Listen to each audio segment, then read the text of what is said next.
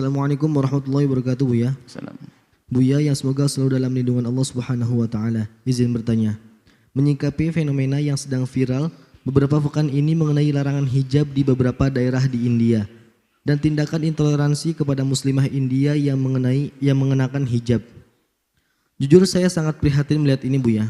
Tapi ketika saya ingin menunjukkan simpati saya, ada seorang muslim yang justru nyinyir dengan membandingkan tindakan intolerantisme di India dan tindakan intolerantisme di Indonesia. Ia mengatakan bahwa di Indonesia juga banyak terjadi peristiwa intolerantisme kepada kaum minoritas non-Islam. Jadi sama saja di sana dan di sini ibarat pepatah, gajah di depan mata tidak terlihat, semut di ujung pulau terlihat jelas. Seolah membela saudara non-Islam di Indonesia dan menutup mata terhadap saudara muslim di India. Hal ini membuat saya menjadi sedikit ragu bagaimana cara menyikapi dan menasehati orang semacam ini, Buya. Mohon jawabannya, Buya. Sekian, terima kasih. Baik. Kembali kepada diri Anda. Anda beruntung menjadi orang yang seperti Anda. Punya cemburu. Ada perlakuan yang tidak baik kepada kaum muslimin di India, lalu Anda cemburu, Anda sah. Dan itu iman. Biarpun kita belum bisa berbuat apa-apa, hanya mendoakan dan mendoakan. Tapi perlu iman. Harus ada sedih. Ini bicara iman kok. Kalau tidak sedih, problem di hati kita. Ini yang pertama. Yang kedua, ada malah orang muslim, tadi apa katanya? Nyinyir, ngomongin malah untuk banding-bandingkan. Orang itu harus jujur loh ya. Kalau yang benar adalah melihat penindasan, diskriminasi dimanapun itu sedih. Nggak perlu pakai banding-bandingan. Yang sibuk membandingkan mungkin tidak sedih dia. Mungkin sudah keropos. Karena apa? Sedih itu harus, nggak tega, nggak mau ada kejadian itu. Kalau ternyata di Indonesia ada diskriminasi, ya tinggal benahi saja. Atau intoleran di Indonesia, tinggal benahi, nggak perlu pakai banding-bandingan begitu. Loh, itu kejadian. Apakah pantas misalnya keluarga kita sakit, kemudian keluarga tetangga sakit, kalian mengatakan ya Allah dia sakit, nggak usah ngomong, keluargamu sendiri sakit kok mikirin keluarga orang lain. Lah ini kan orang gila begini nih. Kita ikut sedih, tetangga sakit, keluarga kita juga sakit, sedih dong, harus begitu dong. Nah, ini coba ini orang perlu dibawa ke psikolog orang begitu tuh. Aneh banget. Wong ada kejadian tidak baik, malah sibuk bandingkan. Wong ada orang keluarga saya sakit, tetangga juga sakit, saya ikut mikirin tetangga. Ya Allah, nggak usah diingatkan. Keluargamu sendiri sakit, ngapain mikir di sana? Oh, bukan begitu dong. Hidup, hati itu harus hidup. Harus hidup. Kalau memang ada kejadian di Indonesia tentang intoleransi, kita harus juga, nggak mau dong. Nggak boleh, cuman ini yang ketiga.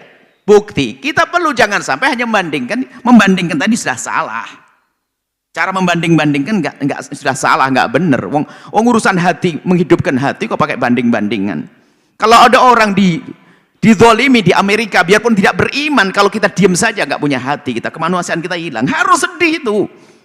Harus sedih, harus ada rasa. Kalau Anda tidak punya rasa, Anda mati, bukan manusia lagi itu. Ini kok aneh-aneh sekali orang begini. Wallah alam siapa orang saya tidak tahu. Mohon maaf yang mendengar saya. Ini kami kita menghidupkan rasa. Diskriminasi, intimidasi, intoleransi dimanapun kita harus ingkari dong. Hidup kebersamaan kan indah, harus ada. Biarpun itu misalnya umat Islam melakukan diskriminatif kepada orang luar Islam, kita nggak boleh marah juga dong. Kita kan adil, harus gitu. Tapi ini orang tadi banding-bandingkan sudah nggak mau melihat, itu kan permasalahan, kan sedih di sana. Ada orang pakai jilbab di ini diskriminasi semacam ini, kemudian diintimidasi. Ini kan intoleransi yang luar biasa. Kita harus sedih dong, nggak boleh terjadi. Lah kalau orang ini nggak merasa sedih begitu, ini adalah orang bakat sekali untuk melakukan satu hal yang tidak toleransi. Karena apa? Dia nggak punya rasa. Kalaupun hanya membongkar, oh di Indonesia juga ada intoleransi yang banyak, oh ini ada hawa nafsu ini. Kenapa? Memang bedanya, manusia seluruh dunia itu sama manusia. Hak beragama, semuanya sama. Kalau ada di negeri Islam, itu ada diskriminasi kepada orang luar Islam, kita juga harus marah kok. Intimidasi kepada orang di luar Islam, kita harus marah kok, adil dong. Malah membandingkan, ini maksudnya gimana? Kemudian ini, yang ketiga, membandingkan di Indonesia juga banyak intoleransi. Mana? Coba buktikan gini loh. Non-Muslim di Indonesia ditindas di ini dan ini. Nah ini bisa saja masuk fitnah. Ini fitnah. Kalau ini fitnah, kalau sampai orang di luar Islam di Indonesia tidak punya hak hidup. Intoleransi di Indonesia ini fitnah.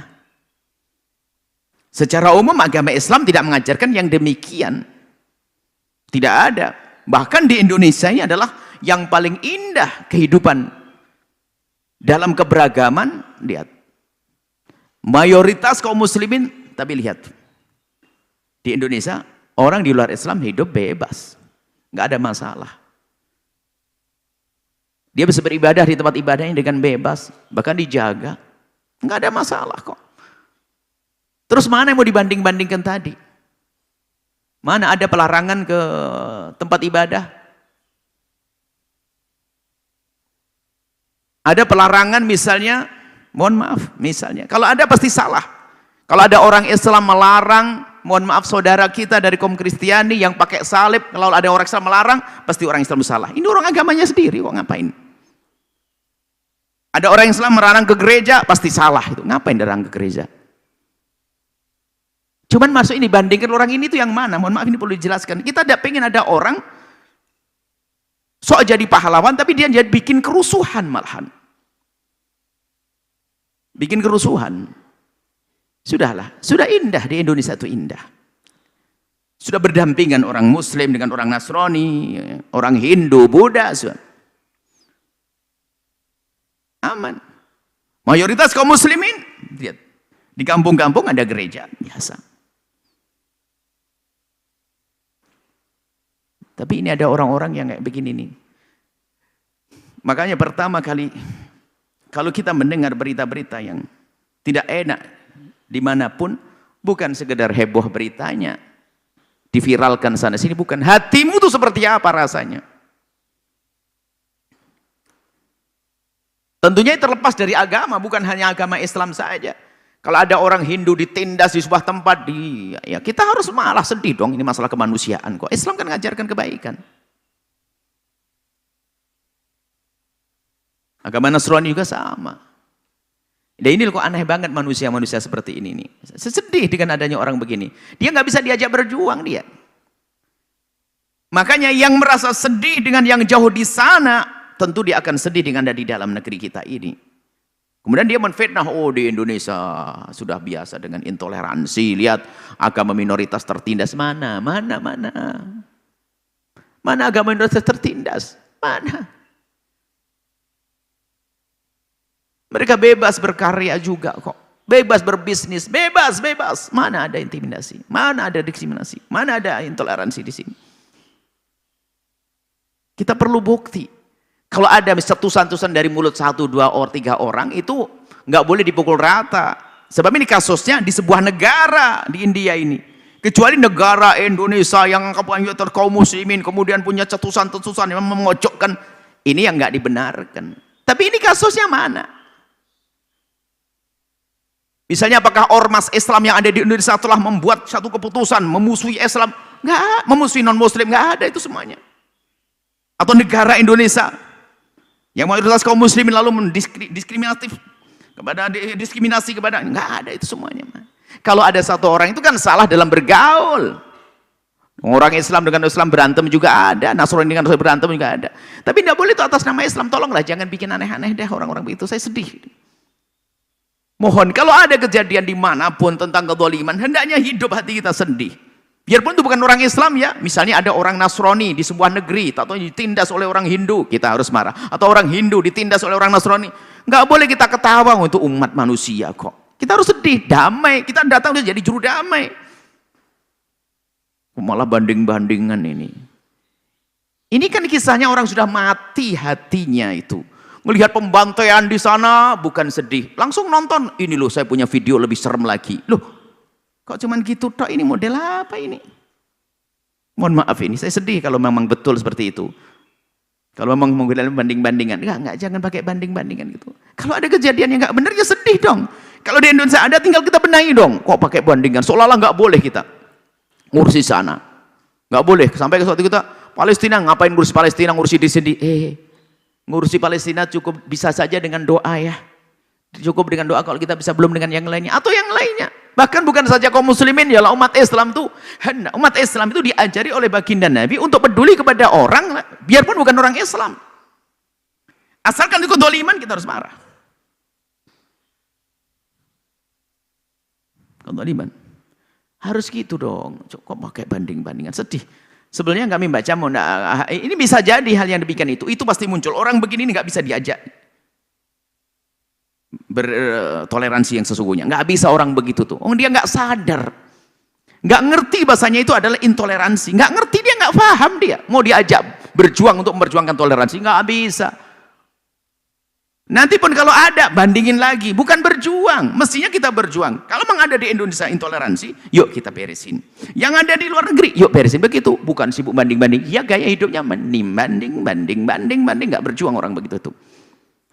Tolong wahai ahli iman, kaum muslimin di Indonesia, hidupkan hatimu. Jika ada ketidakadilan, bukan saja di tengah-tengah kaum muslimin, Anda harus sedih. Itu tandanya hati Anda hidup. Hati Anda hidup. Makanya kalau hidup tanpa benci, tanpa dengki itu indah. Mohon maaf, mungkin ada seorang tetangga yang Nasrani, tiba-tiba mati dibunuh. Anda tersenyum gara-gara dia Nasrani, keropos iman Anda. Anda seorang Nasrani, tetangga kita tiba-tiba mati dibantai oleh seseorang, kita harus sedih dong.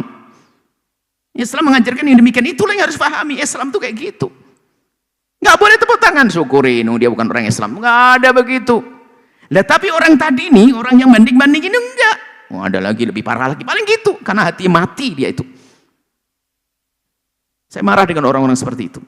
Mestinya kalau memang ada di Indonesia kekurangan, yuk kita sempurnakan bareng-bareng. Di luar ada kedoliman, yuk kita pikirkan. Paling tidak kita berdoa. Paling tidak kita belajar, jangan sampai di negeri kita terjadi. Malah bandingin. Sedih ya dengan itu. Kalau betul ada, Allah alam. Kalau betul ada. Sebetulnya ini kasus ini kan kasus orang keras kepala. Kalau dinasihati malah bilang kamu juga begitu. Begitu modelnya begitu. Nasihati, ya akhi, kamu jangan begitu. Kamu juga begitu. Lah ini kan model nggak bisa dibenahi orang itu. Ya gitu modelnya. Oke, sehingga kita harus sedikit tegas begini. Ini karena apa? Model orang begini ini nggak bisa jadi juru damai di dunia ini. Dia bikin ulah dong. Dinasihati malahan. Kalau diomongin, cari aja alasan. Kamu juga. Dia disalahin nggak mengatakan maaf saya salah. Dia juga kok. Loh, nunjuk orang lain. Dia juga salah, kenapa didiamin? Loh, kenapa nggak insaf? Iya saya salah, mohon maaf. Tapi dasar model orang begitu enggak. Dia bandingin lagi. Saya sama Colas cuma gini aja dimarahin habis. Dia dibiarin. Jadi model pembanding ini. Alhamdulillah. Semoga Allah menjaga hati kita semuanya. Menghidupkan hati kita. Sehingga kita bisa menjadi juru damai di dunia ini. Bukan saja untuk umat Nabi Muhammad. Semua umat manusia. Bahkan seluruh semesta seperti Nabi diutus rahmatan lil alamin. Wallahu a'lam bishawab. Setelah Anda menyaksikan video ini, jangan lupa berselawat kepada baginda Nabi Muhammad sallallahu alaihi wa alihi wa sahbihi wasallam.